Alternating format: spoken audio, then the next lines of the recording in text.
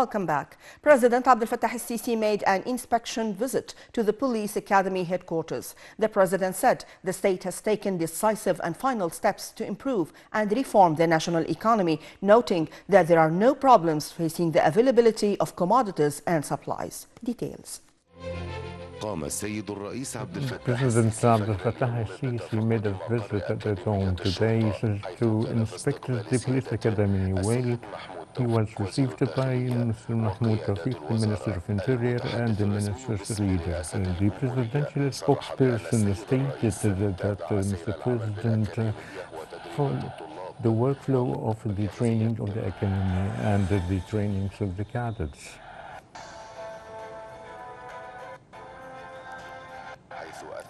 Well, while His Excellency Mr. President praised the cadets what they gained from skills and potentials, affirming the state's pursuit to select the best element to maintain the security of the state and the provision, the advanced equipment and preparation to elevate their efficiency.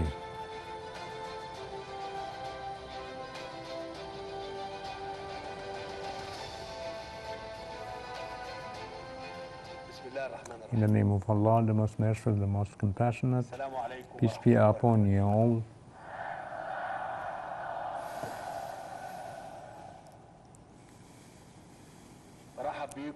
I'd like to welcome you, as I'm very pleased to meeting you, and many happy returns.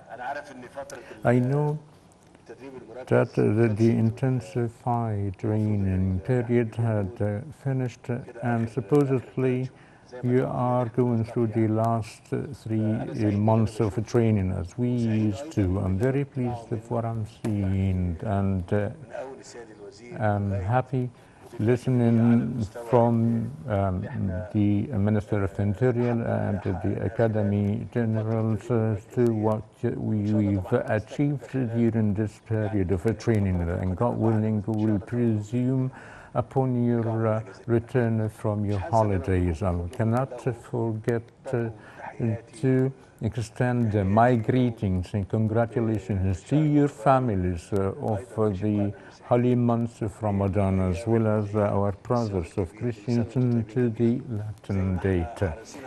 Many happy returns, as we are very keen that the human factor is that has the greatest impact if we succeeded on the performance, development, progress, and the state of discipline. And allow me at the outset to talk to you in brief on 2 points. The first one that regards Egypt and domestic affair. As we've said before, that the last 4 years was the COVID-19 and the Ukrainian and Russian war, as well as the war on Gaza, that has a great impact on the Egyptian economy. But I may say that very short, that the measures being taken in the last few weeks, that we're trying to put ourselves in the right track and recorrect the economic path, as we've made a primary deal with the IMF and the International Bank. It will be another form of support, and the European Union, in addition to the other measures you're all aware of. These are steps from our side to improve, develop, and reform the economic path once and for all.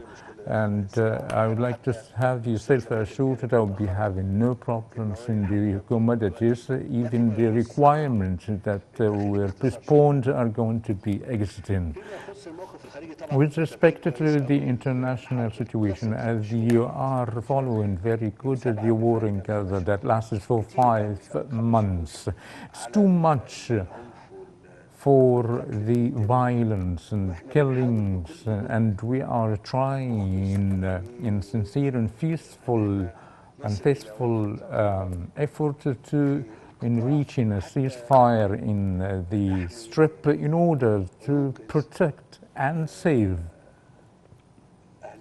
our people in Gaza, in particular the innocent of civilians, and we are talking about more than 30,000, two-thirds from which are from women and children, more than 70,000 injured. Furthermore, 60 to 70% of the Strip housing, infrastructures, establishment, and civil facilities and services facilities that were the backbone of the Strip would be demolished. The figures that may be required for the reconstruction of Gaza are very frightful, and the numbers of these are required to reconstruction.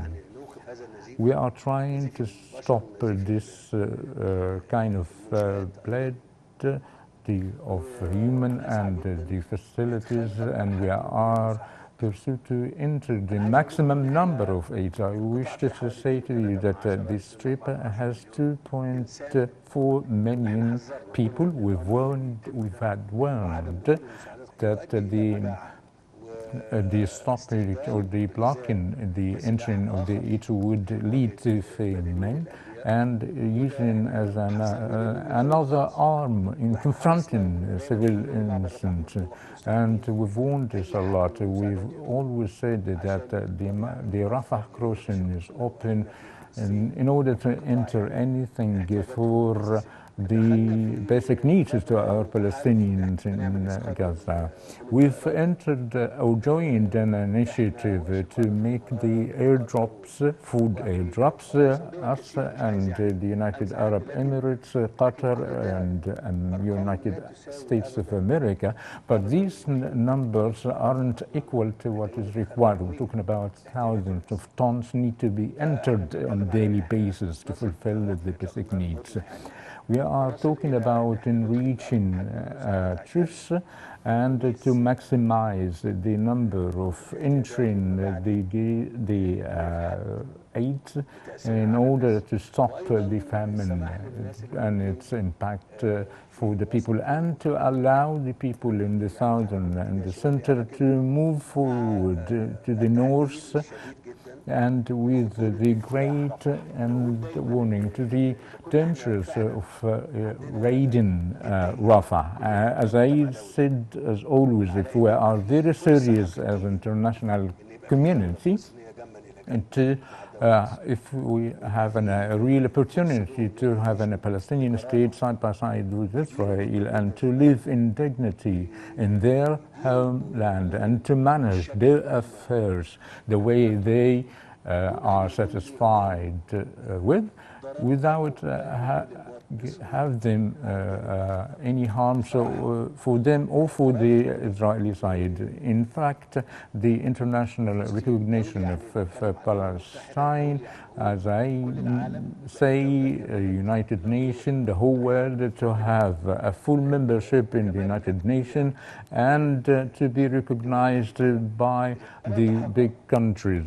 If that should happen, we may say, despite the crisis and the great catastrophe we've seen in the few months, that we'll be having the long consolation to have a Palestinian state on the lines of 67 and its Eastern Jerusalem as its capital. These were the topics I wish to talk about, and the expansion of the war sphere and the integrity of the maritime, the Red Sea and the Suez Canal. We've already warned of, and that the conflict may be expanded to the north.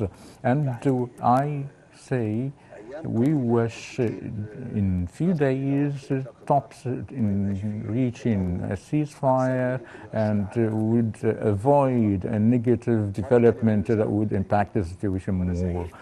Once again, many happy returns. I'm very pleased to have seen you in what I saw, and as I said, as always, look after yourself when you're taking your holiday, and to return and resume your education and training. Thank you very much.